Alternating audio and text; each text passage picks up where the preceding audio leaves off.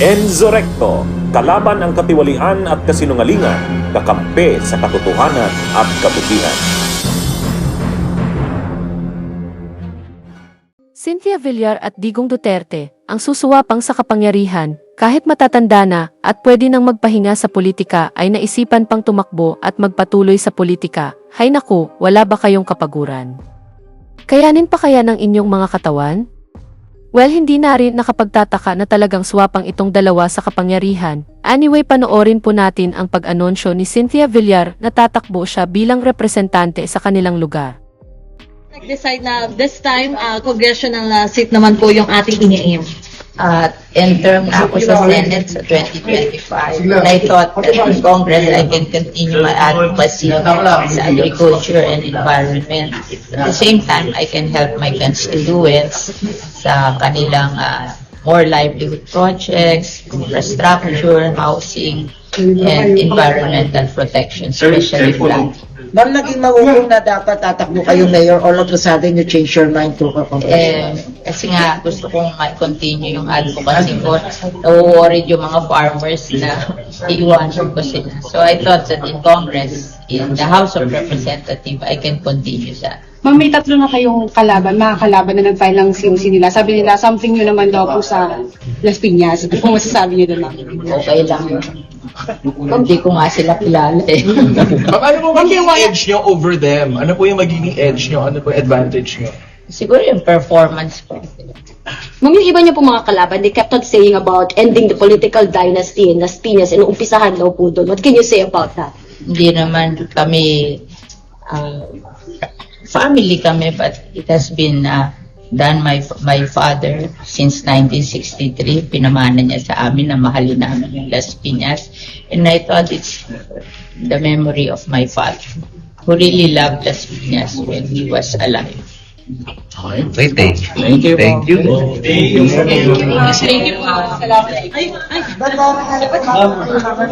Dahil Alam ko yung tatay ko. What do you remember about your dad po, ma'am?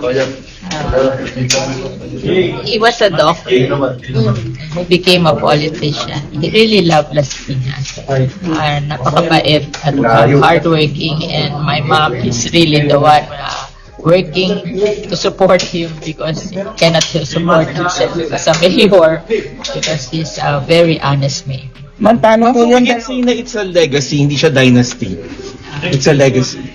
Talagang pinamana niya. Ang unang congressman siya nag-end ang nag-take over sa congressman si Manny. And then ang brother niya nag-take over as mayor, which later binigay dun sa aking kapatid. Ma'am, anong ramdam niyo po ngayon parehong pamangkin yung tatakbong mayor? Talagang ganun ang buhay. Ano na yan second generation Cannot stop yan. Thank you, ma'am. Thank you, ma'am. Thank you po, ma'am. Hay nako, political dynasty, hindi na daw mapipigilan iyan, nakaksuka talaga. Kailan kaya mapuputol ang ganitong gawain dahil hindi ka na pwede tumakbo bilang senador, ang anak mo naman ipapalit mo sa Senado, hindi na ba kayo nagsasawa sa inyong yaman? Talagang napakaganid ninyo, kung tutausin, hindi na ninyo kailangan pumasok sa politika, dahil sa yaman nyo, hindi na ninyo kailangan iyan, pero talagang wala kayong kabusugan, sa kapangyarihan, grabe talaga. Dapat nagpapahinga ka na lang dahil sa katandaan mo na iyan, maging happy ka na lang sa pagreretero. Anyway, hindi lang naman itong si Villar ang matandang tatakbo sa politiko, pati rin itong si Digong Duterte. Hindi naman bago sa atin ang balitang itong napagtakbo ni Digong bilang mayor ng Davao. Para po sa karagdagan pang balita, panoorin po natin ito. Sa Davao City, tatakbo raw muling alkalde si dating Pangulong Rodrigo Duterte habang magiging running mate naman daw niya ang anak na si Mayor Baste Duterte. Magbabalita si Bril Montalvo. Dumagsa sa tanggapan ng COMELEC sa Davao City ang supporters ni Christ the Healer founder Bishop Rod Cubos. Para yan sa paghahain niya ng Certificate of Candidacy sa pagkaalkalde ng Davao City. Ang posibleng makaharap ni Cubos, sina dating Pangulong Rodrigo Duterte at Civil Service Chairperson Carlo Nograles. Kanina, inihain na ng kinatawan ni Davao City 1st District Congressman Paulo Duterte ang kanyang COC bilang re-electionist. Sa presko noong weekend, Sinabi ni Digong na tatakbo siyang muli dahil sa panawagan ng mga Davaoenyo. Katandem niya ang anak na si incumbent Davao City Mayor Sebastian Duterte. Natanong din siya sa posibilidad ng pagtakbong senador dahil pasok sa Magic 12 ng ilang survey. Sige, magayon tayo. What will happen to Mayor Baste? He should be the vice mayor. Gusto niya. Mayor si Salvador Panilo nag-ingon na duha daw ang kung dili daw senador o mayor ayan imong daganan according to attorney Panilo. Let me put it this way. Kilala naman niya ako, been your mayor for so many years now. You think that I can carry a national campaign at my age? Or you want me to die? Magkukulap lang ako niyan eh. Well, anyway guys, I think that at my age, 73,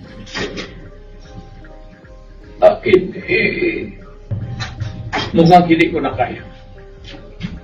Let us be realistic about it. So are you considering local position, Mayor?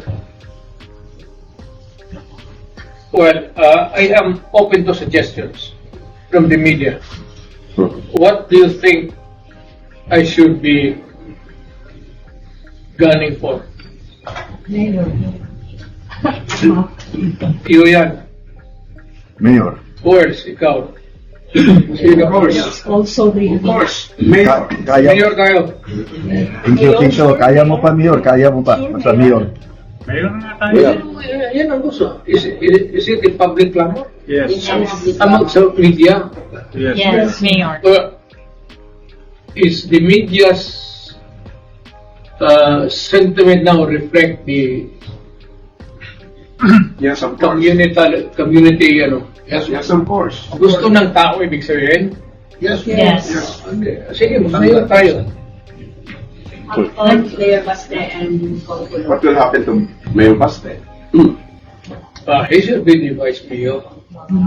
Yan po mga kabunyog, narinig po natin ang mga sinabi ni Digong Duterte. Natatakbo daw siyang mayor ulit sa Davao City at ang kanyang running mate ay ang kanyang anak na si Baste Duterte. Talagang ayaw paawat nitong huklubang matandang ito. Hay nako, magpahinga ka na lang Digong, e-enjoy mo na lang ang mga araw na nasa lupa ka pa. Dahil hindi naman natin hinahangad na mawala ka dito sa mundo. Pero harapin na natin ang katotohanan, patakip silim na ang inyong buhay. At tapos wag ka nang tumakbo dahil hulihin ka rin naman ng ICC. Hindi mo na rin iyan magagampanan pag naging mayor ka. Diba? Anyway, dito na lang po ang aking video. Grabe talaga itong dalawang ito, na dapat nagpapahinga na lang ay ito patuloy pa rin tumatakbo sa politika. Wala nang dahilan pa para magpatuloy. Dahil kung totoosin, madami na silang ninakaw sa kaban ng bayan, talagang swapang silang dalawa. At hindi pa makontento sa mga kinurap nila. May hulanong salita na ang ibig sabihin dito ay ang pagkakaisa. Bunyog Party List. Halika na, Bunyog Party List ka na. Halika na, Bunyog Party List ka na. Sa susunod, ang atinang suportahan, Bunyog Party List, nagtataguyod ng katotohanan, lumalaban para sa bayan.